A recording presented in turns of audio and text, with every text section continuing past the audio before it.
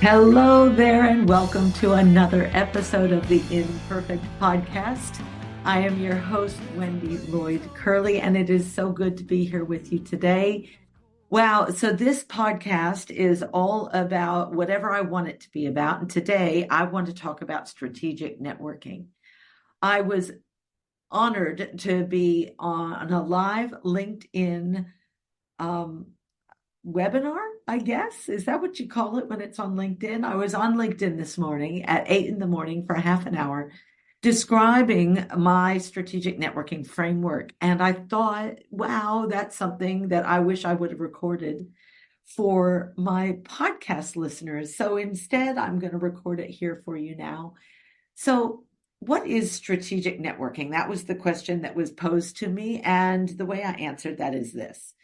If you think of networking as attending a meeting and going in and having a coffee and walking around and meeting people and exchanging information with each other on LinkedIn and maybe giving away some business cards and asking for some business cards from other people, and then leaving and going back to work and putting the business cards into a pile and maybe writing to the people, maybe not, but generally just having a pile of business cards on your desk somewhere that represent all of the people you've met at networking events over the last few months.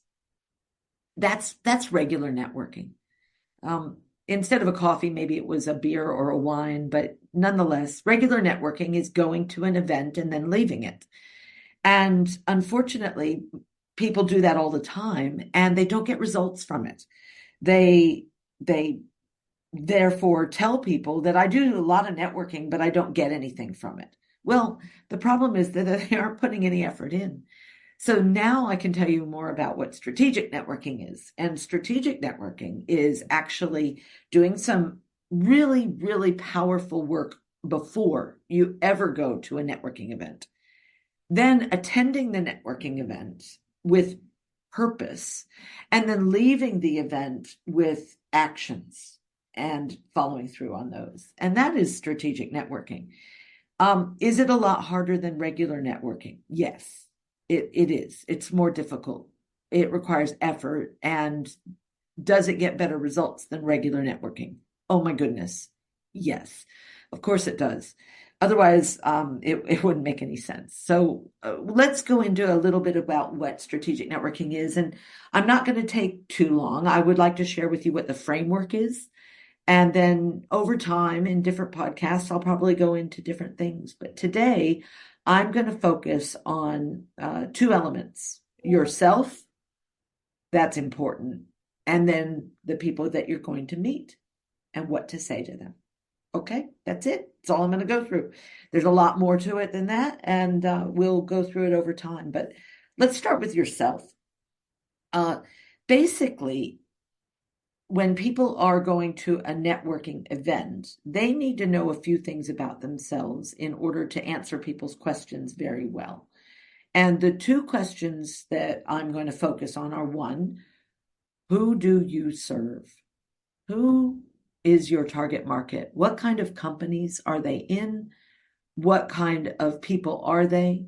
Uh, how many employees do they have? What industry are they in? What is the makeup of their leadership team?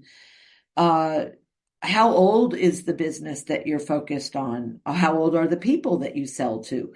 So you could be a business to business provider, or you could be business to consumer. And if you're business to business, you need to describe the businesses that you serve very well. Very well. You need to understand it to the smallest degree.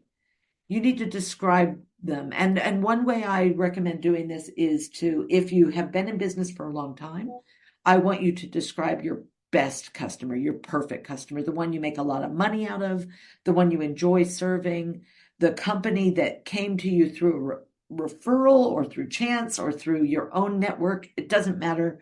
Just find the right one and then just write everything down about them. What industry are they in? Where are they located? Where's their head office? Do they have lots of different um, uh, office locations, or are they a single campus?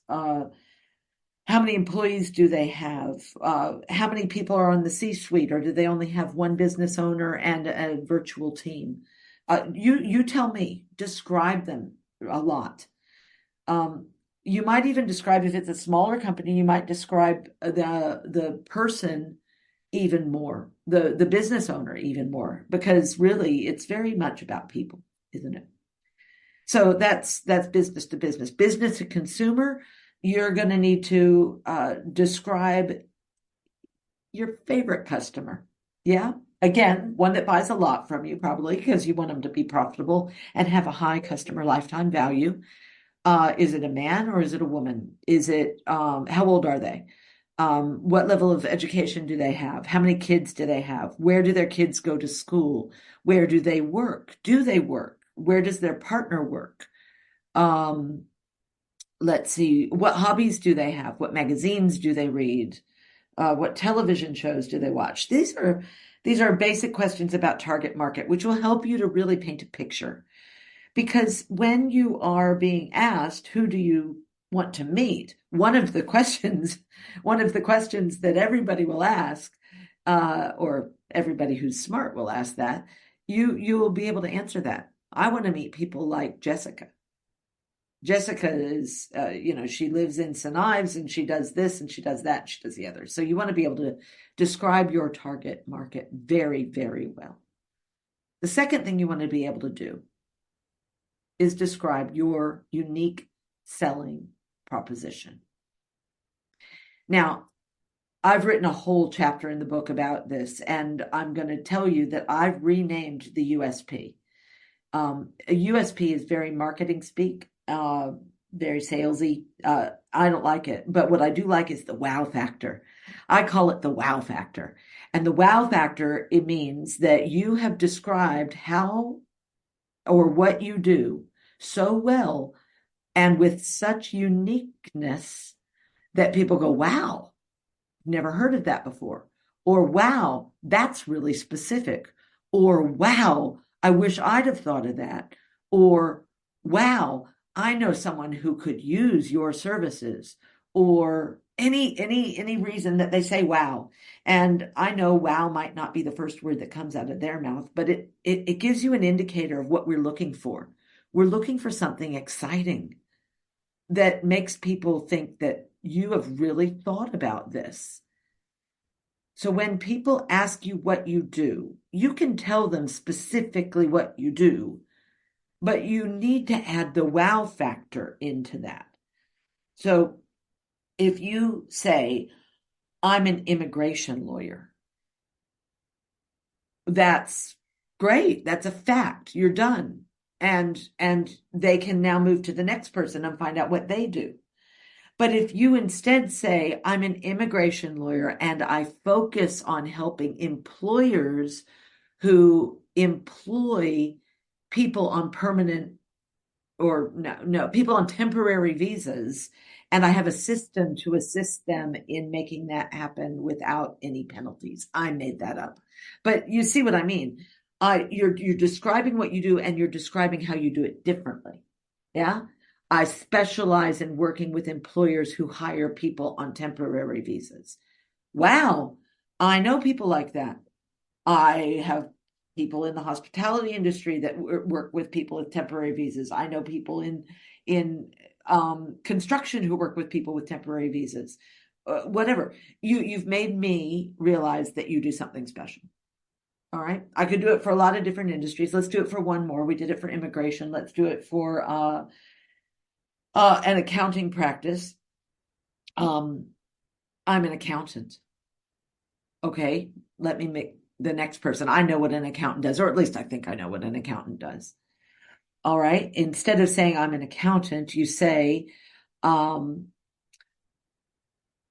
have an accounting practice that focuses on helping plumbers. That's it. Plumbing companies. I focus on plumbing companies. I only serve plumbing companies. I understand what they do. I attend all their trade shows. I get exactly what they imagine the thought process that goes through my mind when you tell me that. Wow. It's really specific.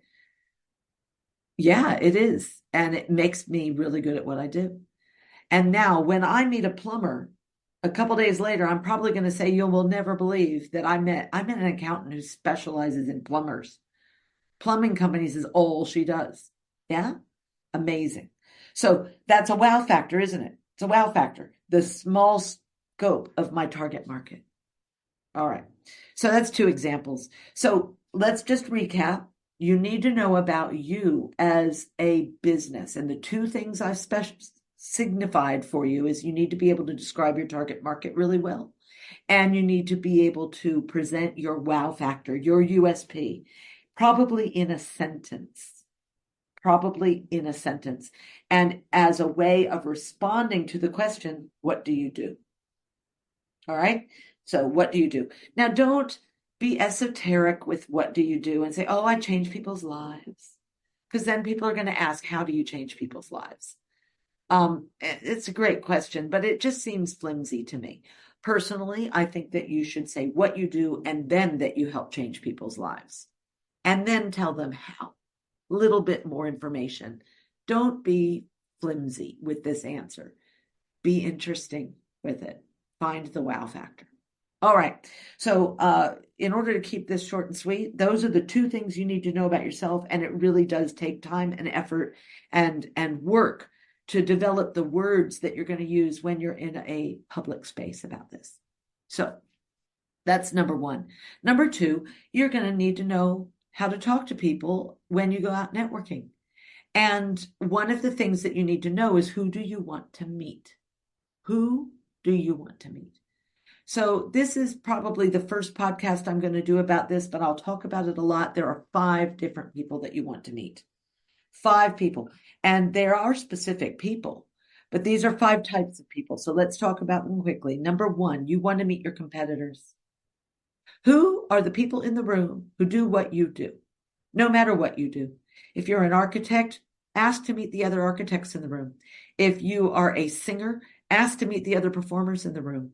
If you are a immigration lawyer, ask to meet the other immigration lawyers or lawyers in the room. If you are an accountant, ask to meet the other accounting firms. Get to know them and introduce yourself and say, hey, it's nice to meet you. I'm here. You're here. What brings you here? We want to meet the competitors. We definitely do. And there's some good reasons for that, which I might go into in a future podcast, but let's keep going. Most often, your competitors won't truly be competitors when you dig in. When you dig in, they are going to have a different USP or wow factor than you do. And in that case, they can become collaborators with you. Maybe you specialize in plumbers as an accountant, but they actually specialize in the law field. Wow, that's great. When I meet some lawyers, I can feed them to you. I can introduce them to you. And you say, that's great. When I meet a plumber, I can introduce them to you. So different specialties enables you to refer across your competitive landscape. All right. So collaborators is what you're working to uncover when you meet the competitors that are in the room. If you do truly meet a competitor, that's great too. Talk to them, exchange business cards, tell them that you'll keep an eye on them and make sure that you're keeping them on the straight and narrow, and give them a wink and a nudge and then move on to someone else. That would be what I would do. All right. Third person that you want to meet.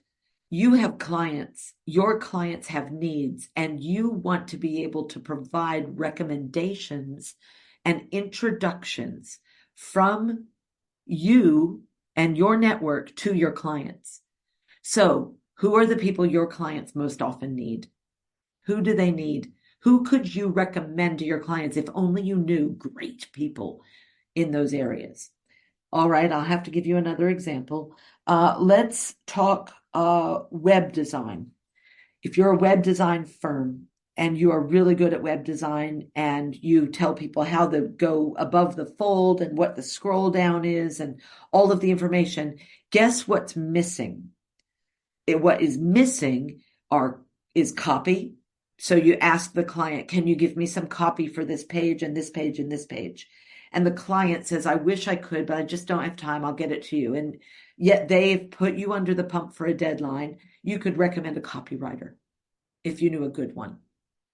You could recommend a specific copywriter for a plumber because that copywriter focuses on trades, for example. So you might want to meet lots of different copywriters if you're a web design firm. You also might want to meet photographers because you might say, listen, it would look really good if we had a photograph of the way that you do your business, or a video, because video is very powerful today. So make sure that you're getting videos of things, so they could recommend a videographer. They might be able to recommend a CRM system and a company that provides a CRM, or a customer relationship management system, so that when all of this information and landing comes onto your page, you capture that and you can follow up on it. There's a search engine optimization company. They might want to recommend that to you and say, listen, as I design this, let's make sure it's optimized for the search engines to find it so that your prospects find your page. Yeah. So that's an example of the people that you would recommend. Well, there's a lot of people in that list, and you can make a list of those types of companies, and then you can start to make a list of the specific companies that you think are really powerful that you would like to recommend. And then you can start to ask for introductions to specific people. Oh, I'm so excited. I'm sure this is going long, so let me get to the fourth type of person. The fourth type of person is the companies that recommend you.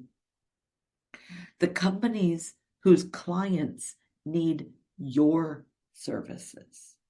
So let me give you an example. Again, let's go back to the accountant for a moment. The accountant who focuses on plumbing companies.